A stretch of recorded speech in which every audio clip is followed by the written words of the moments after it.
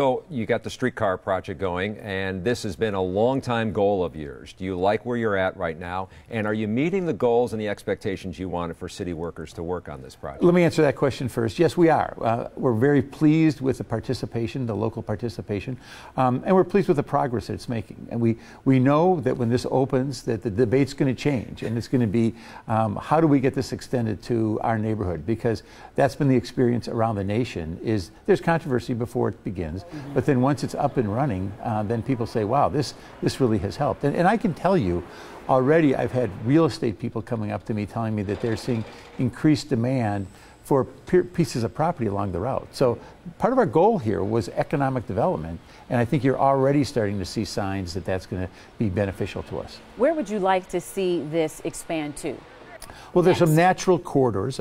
We'd like to see it come north to the arena and go north into the area just north to the Bronzeville area. That's a natural corridor for us to go to. It's a natural corridor to go up to UWM. It's a natural corridor to come south through Walker's Point. I would say that possibly. Again, it's going to be dependent upon financing and what the federal government says, because the federal government, I think people don't realize the federal government is paying a lot of dollars for this right now. Say that again, because I think that is what a lot of people who don't like the project think, that this is all city money, but this was federal money. Well, there's about $68 million of federal dollars in this $128 million project. That's a lot of money. So it's over half of the dollars that we're spending right now are dollars that can be spent on the streetcar only. They can't be spent on something else. So if we were to say no, it wouldn't go to any other issue other than it would go perhaps to another city for their streetcar. Will this answer your transportation needs, or does there have to be a broader dialogue? There has to be a broader dialogue. And I've never pretended that this was the one answer to everything, because you've got corridors that run north and south, but you also have corridors that run east-west.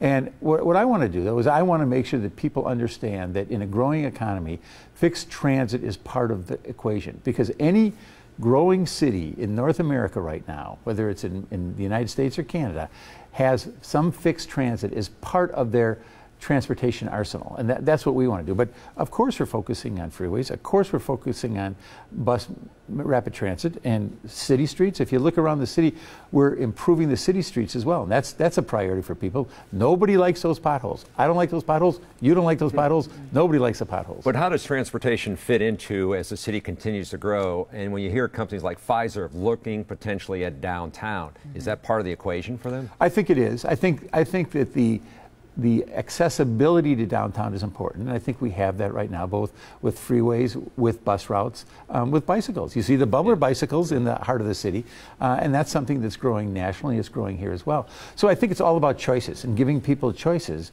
and we're pleased with the progress we're making. There's always more we can do, but certainly the momentum is growing, having more transportation options. Bye, sir.